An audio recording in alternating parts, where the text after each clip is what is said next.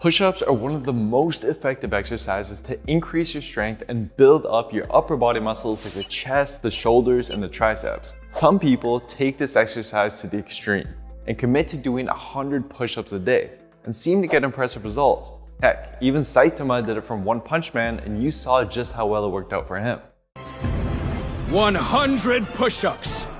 Do it every single day! But what really happens to your body if you do 100 push-ups a day for 30 days? What muscles will grow and by how much? How much will your strength improve? Are there any side effects you should know about? What happens after the 30 days are over? Is it even worth your time and effort? Today we'll cover all of that and more. First off, to maximize your gains and minimize injury from doing 100 push-ups a day, it's important to make sure that you do them with proper form. But provided that your form is in check, what kind of growth can you expect from doing 100 push-ups a day? To answer that, let's take a look at the following 2015 paper where researchers measured muscle activity levels during the push-up. The highest activated muscles were the chest, the triceps, the front of the shoulders, the core, and another muscle called the serratus anterior. These are likely where you'll experience most of the improvements in terms of size and definition.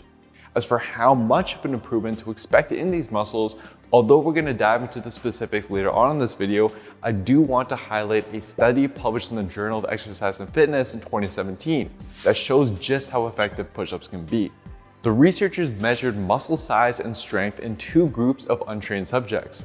One group used only push-ups during their workouts, whereas the other group used a bench press. After 8 weeks, the authors found similar size and strength increases in the chest and triceps muscles of both groups, suggesting that at least for beginners, push-ups can be just as effective as the bench press. Now, although this may seem promising, there are various side effects to doing 100 push-ups a day that you'll want to be aware of, starting with week 1.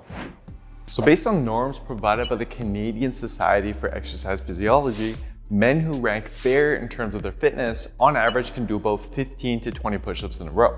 This means you'll likely need to do several sets of push-ups to get to a total of 100. In fact, during the first few days or even the first whole week of the challenge, many of you may not even have the strength to reach a total of 100.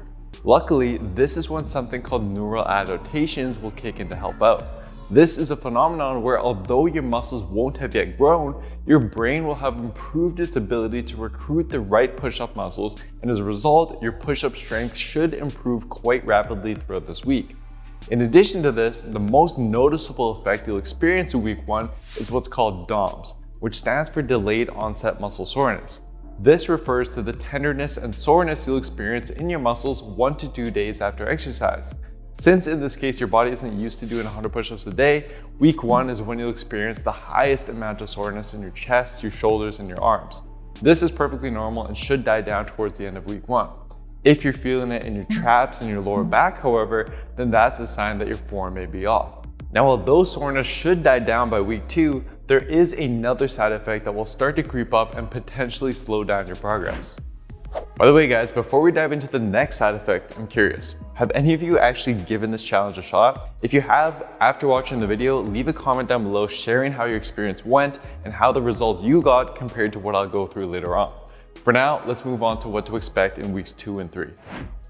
It might sound counterintuitive, but whenever you work out, you're actually breaking down muscle, not building it. It's during rest when your body recovers and builds your muscles up to be bigger and stronger. Back in 1997, a group of researchers tried to determine just how long this recovery process takes.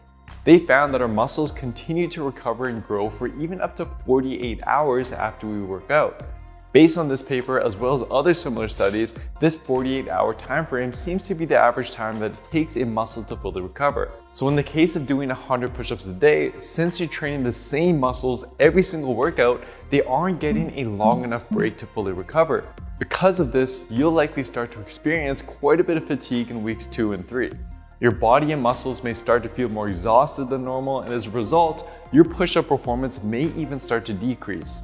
This, combined with the next side effects you'll start to feel in week 4, can make continuing to do 100 push-ups a day extremely difficult, and as we'll talk about later on, potentially not even worth it. So by the time week 4 rolls around, your body will have taken a beating from the high frequency and high volume push-ups. We'll cover how much you can expect your muscles to grow after this week, but before that, you may start to notice 2 things.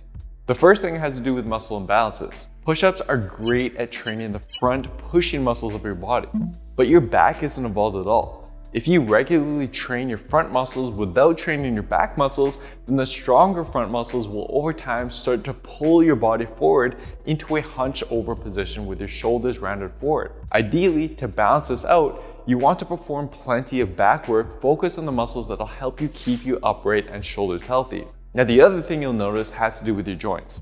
Even with proper form, the repetitive motion of push-ups can create a lot of strain, especially on your wrists and elbows. Your wrists not only need a high amount of mobility to perform push-ups on the floor, but they will also be loaded with quite a bit of weight that you probably aren't used to. Because of this, your wrists will be one of the first areas where you notice discomfort. To mitigate this, you can try to do push-ups with handles or dumbbells, anything that allows you to grip it instead of placing your hands flat on the floor. As for your elbows, pay attention to the bottom position of your push-up. If they don't remain aligned directly on top of your wrist as you perform the push-up, then you're creating more stress in your elbow joints. Normally this is okay, but if you're doing 100 push-ups a day and not allowing your joints to rest, it'll very quickly start to take its toll on your elbows. So you've successfully made it through the 30 days. What kind of growth and other benefits can you expect to see? Is it even worth your time and effort? Let's see what the science has to say. So, in the push-up study I mentioned in the beginning of this video, the subjects weren't doing anywhere near 100 push-ups a day. Instead, they were assigned to 3 sets of push-ups to failure twice a week. Given that the max number of push-ups they could do in a row was around 30 reps, this would equate to roughly 90 push-ups being done each session, a total of roughly 180 push-ups per week. Now, although this sounds like nothing compared to 100 push-ups a day, they still experience significant growth. Over the course of 8 weeks, they experienced an 18.3% increase in the muscle thickness of their chest, which equated to about a 3mm increase in thickness. Their triceps also experienced a 9.5% increase in growth, which also equated to about a 3mm increase. And the researchers mentioned that this rate of growth is similar to other past studies. So, if you have these numbers, you can get a rough sense as to the kind of growth you can experience after a month of doing push-ups just twice a week. If you were to do 100 push-ups a day, would you experience more growth? Well, I'd expect it to be similar, or perhaps even less, because you're not giving your body adequate time to recover and grow. In addition to that, keep in mind that after these 30 days, if your body gets stronger, then it's going to need more of a challenge to continue growing. Eventually, standard push-ups just won't be enough, and you'll have to start incorporating bands or added weight. Now, as for whether this is all worth it or not, honestly, I would not recommend the standard approach of 100 push-ups every single day without rest. It just causes too many recovery issues and lacks the progression you need to continue seeing results past those 30 days. One benefit it does provide, however, is it gets you in the habit of exercising. It's a great way to get your foot in the door and build momentum. That said, this routine can definitely be made far better. With a few tweaks, it has the ability to provide even more growth with less effort and less strain on your body. I will be working on a video that shows you a better way to execute the 100 push-ups a day challenge, and I'll link that at the end of this video when it's done. In the meantime, if you're looking for a proven, science-based program that guides you every step of the way to your dream body, just head on over to builtwithscience.com and take my analysis quiz to discover the best approach for you and your specific body. But that is it for today. I'd highly recommend that you give this video a watch next to learn how to properly perform the push-up for more gains and less injury. Thanks so much for watching. Don't forget to give the video a like, subscribe to the channel for more, and I'll see you next time.